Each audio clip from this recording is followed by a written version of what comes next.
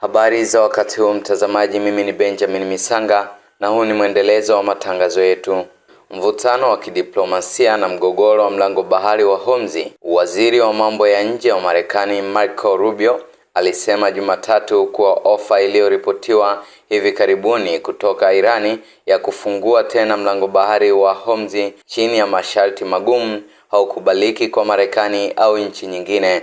Katika mahojiano na Fox, Rubio alisema Irani ina mtazamo tofauti kuhusu njia hiyo muhimu ya maji kuliko nchi nyingine duniani. Wanachomaanisha kwa kufungua mlango bahari ni kwamba ndiyo mlango bahari uko wazi. Maadamu mnaratibu na Irani mnaomba idhini yetu au tutawalipua na mtatulipa. Huku si kufungua mlango bahari, alisema mwanadiplomasia huyo mkuu wa Marekani. Hizo ni njia za kimataifa za maji, hawawezi kuhalalisha wala hatuwezi kuvumilia wao kujaribu kuhalalisha mfumo ambao wa Irani ndio wanaamua nani anaruhusiwa kuzitumia. Kauli ya Rubio ilikuja baadaye ya Axios kuripoti kuwa Irani ilikuwa inapendekeza makubaliano ya kufungua tena mlango bahari huo na kumaliza vita, huku ikichelewesha mazungumzo kuhusu mpango wa nyuklia wa Teherani kwa hatua ya baadaye. Baadaye Jumatatu, msemaji wa ikulu Marekani Karoline Leavitt aliwaambia wanahabari kuwa Rais Trump alikuwa amejadili pendekezo jipya kutoka Irani na wasaidizi wake wakuu wa usalama wa taifa, huku akionyesha kuwa Washington hajaridhishwa kwa kikamilifu na kile Teherani inachotoa. Wasingesema wanazingatia hilo, Leavitt aliongeza, akirejelea pendekezo la Irani la kufungua mlango bahari wa Hormuz kwa kubadilishana na kumalizika kwa kizuizi cha Marekani. Ningesema kuna majadiliano yanaendelea. Kando na hayo, Irani ilisisitiza kuwa bado inadhibiti mlango wa bahari huo ambao ni njia muhimu kwa usambazaji wa mafuta duniani. Mazungumzo kati ya pande hizo yalitarajiwa kufanyika nchini Pakistani wiki iliyopita wakati wa usitishaji vita unaoendelea katika vita vya Marekani na Israel dhidi ya Irani. Lakini mazungumzo hayo hayakufanyika kulingana na Axios. Jaribio la Irani la kuanzisha tena mazungumzo kwa kutatua masuala yanayohusu mlango bahari wa Hormuz liliwasilishwa kwa Marekani na wapatanishi wa Pakistani. Rais wa Marekani Donald Trump alitarajiwa kujadili pendekezo la Irani na masuala mengine yaliyokwama wakati mkutano katika chumba cha hali ya hatari Situation Room na timu zake za usalama wa taifa na sera za kigeni siku ya Jumatatu. Ripoti hiyo iliongeza, njia mbele kwa ajili ya mazungumzo bado haijajulikana. Waziri wa mambo ya nje wa Irani Abbas Araghchi alionyesha Jumatatu kuwa Irani haiko katika hali ya kukata tamaa kwa ajili ya mazungumzo.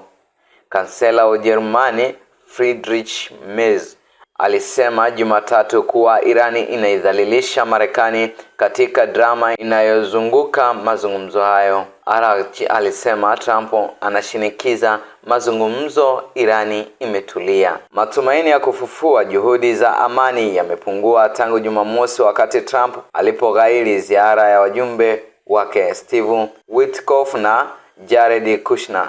Araghchi alisafiri kwenda Urusi Jumatatu akiwa St. Petersburg. Alisema kuwa Teherani inachunguza ombi la Trump la mazungumzo, kulingana na chapisho kwenye akaunti yake ya Telegram. Aliwaambia wanahabari kuwa Trump aliomba mazungumzo kwa sababu Marekani haijafikia malengo yake yoyote katika vita hiyo, na kusema kuwa Jamhuri ya Kiislamu ni tulivu na imara wakati wa mkutano na rais wa Urusi Vladimir Putin, kulingana na televisheni ya serikali ya Urusi.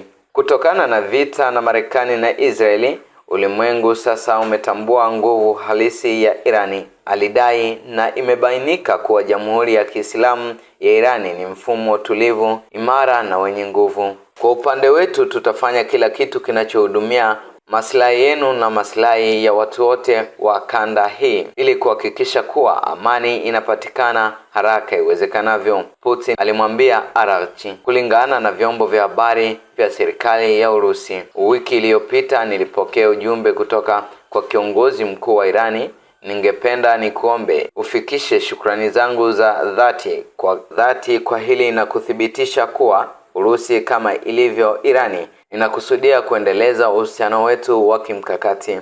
Putin aliongeza, akirejelea kiongozi mpya wa Irani, Mojtaba Khamenei, ambaye hajaonekana wala kusikika hadharani tangu kuteuliwa mwezi uliopita. Wakati huo kansela wa Ujerumani Friedrich Merz alisema Jumatatu kuwa uongozi wa Irani ulikuwa ukidhalilisha Marekani wakati wa mazungumzo kwa kuwafanya maafisa wa Marekani kusafiri hadi Pakistani na kisha kuondoka bila matokeo. Merz pia alisema haoni mkakati wowote wa kutokea ambao Marekani inafuata katika vita vya Irani, maoni ambayo yalisisitiza migawanyiko ya kina kati ya Washington na washirika wake wa NATO wa Ulaya ambayo ilikuwa tayari imezidi kuwa mbaya kutokana na vita vya Ukraine na masuala mengine. Wairani wamebobea sana katika mazungumzo, au tuseme wana ustadi mkubwa wa kutozungumza. Kuacha wa Marekani wasafiri kwenda Islamabad na kisha kuondoka tena bila matokeo yoyote, alisema wakati wa mazungumzo na wanafunzi katika mji wa Marjbeg.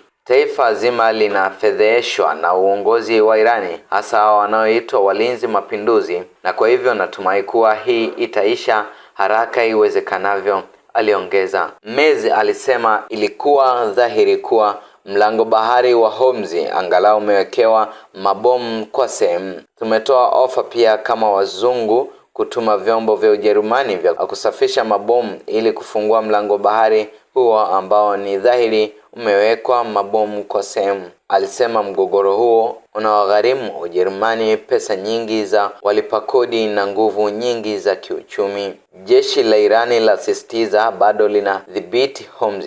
Usafiri wa bandarini mlango bahari huo ulikuwa mdogo Jumatatu, huku jeshi la Irani likisisitiza kuwa bado linadhibiti njia hiyo ya maji na litaendelea kudhibiti chini ya sheria mpya iliyopendekezwa katika bunge la Teherani. Licha ya kizuizi cha Marekani kinachoendelea, afisa mkuu wa usalama wa Irani Ibrahim Azizi alisisitiza Jumatatu kuwa vikosi vya jeshi nchi hiyo vinadhibiti mlango bahari huo na vinajaribu kupiga marufuku upitaji wa vyombo vya uadui. Azizi, ambaye ni mkuu wa tume ya usalama wa taifa katika bunge la Irani, alisema kuwa sheria inayongojea idhini bungeni itahakikisha kuwa jeshi linabaki kuwa mamlaka inayohusika na njia hiyo muhimu ya maji baada ya kumalizika. Alisema pia sheria hiyo inayopendekezwa inasema kuwa faida za kifedha kutoka kwa mlango bahari huo zitalipwa kwa sarafu ya ndani ya rial.